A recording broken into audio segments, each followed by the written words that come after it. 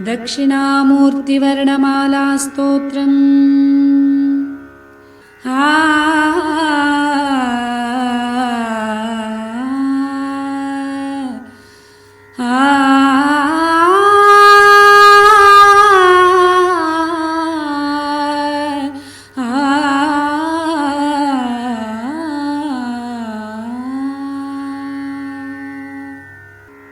ओमित्येतद्यस्य बुधैर्नाम गृहीतं यद्भासेदं भाति समस्तं वियदादि यस्याज्ञातस्वस्वपदस्था विधिमुख्याः तं प्रत्यञ्चं दक्षिणवक्त्रं कलयामि।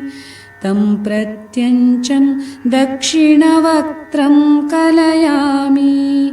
नम्राङ्गाणां भक्तिमता यः पुरुषार्थान् दत्त्वा क्षिप्रं हन्ति च तत्सर्वविपत्तिः पादाम्भोजाधस्तनितापस्मृतिमीशम् तं प्रत्यञ्चं दक्षिणवक्त्रं कलयामि। तं प्रत्यञ्चं दक्षिणवक्त्रं कलयामि।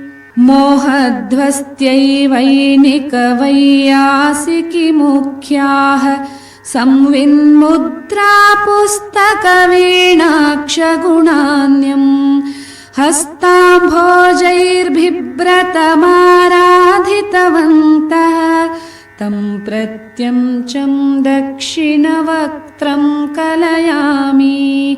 तं प्रत्यञ्चं दक्षिणवक्त्रं कलयामि।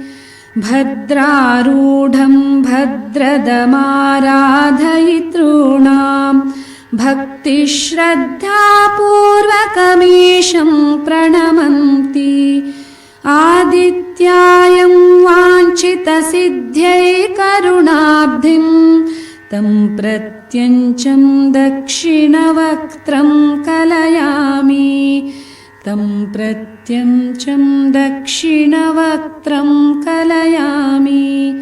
गर्भान्तस्ताः प्राणिनयेते भवपाशच्छेदे दक्षं निश्चितवन्तः शरणं यम् आराध्याङ्घ्रिप्रस्फुरदम्भोरुहयुग्मम् तं प्रत्यञ्चं दक्षिणवक्त्रं कलयामि। तं प्रत्यञ्चं दक्षिणवक्त्रं कलयामि। वक्त्रं धन्याः संसृतिवार्धेरतिमात्रात् भीताः सन्तः पूर्णशशाङ्कद्युतियस्य सेवन्ते ध्यासीनमनं तं वटमूलम् तं प्रत्यञ्चं दक्षिणवक्त्रं कलयामि। तं प्रत्यञ्चं दक्षिणवक्त्रं कलयामि।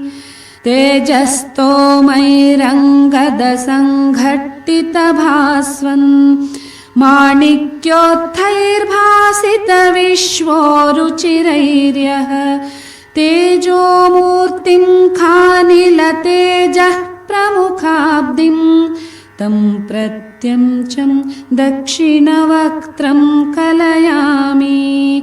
तं प्रत्यञ्चं दक्षिणवक्त्रं कलयामि। दद्याज्यादिद्रव्यककर्माण्यखिलानि त्यक्त्वा काङ्क्षां कर्मफलेष्वत्र करोति यज्जिज्ञासां ब्रूफफलार्थीक्षितिदेवः तं प्रत्यञ्चं दक्षिणवक्त्रं कलयामि।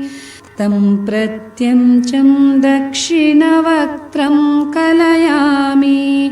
क्षिप्रं लोके यं भजमानः पृथुपुण्यः प्रध्वस्तादिः प्रोज्झितसंसृत्यखिलार्तिः प्रत्यग्भूतं ब्रह्म परं चन्द्रमते च तं प्रत्यञ्चं दक्षिणवक्त्रं कलयामि तं प्रत्यञ्चं दक्षिणवक्त्रं कलयामि नानेत्येवं यन्मनुमध्यस्थितवर्णान् भक्ताः काले वर्णगृहीत्यै प्रजपन्तः मोदन्ते सम्प्राप्तसमस्तश्रुतितन्त्राः तं प्रत्यञ्चं दक्षिणवक्त्रं कलयामि तं प्रत्यञ्चं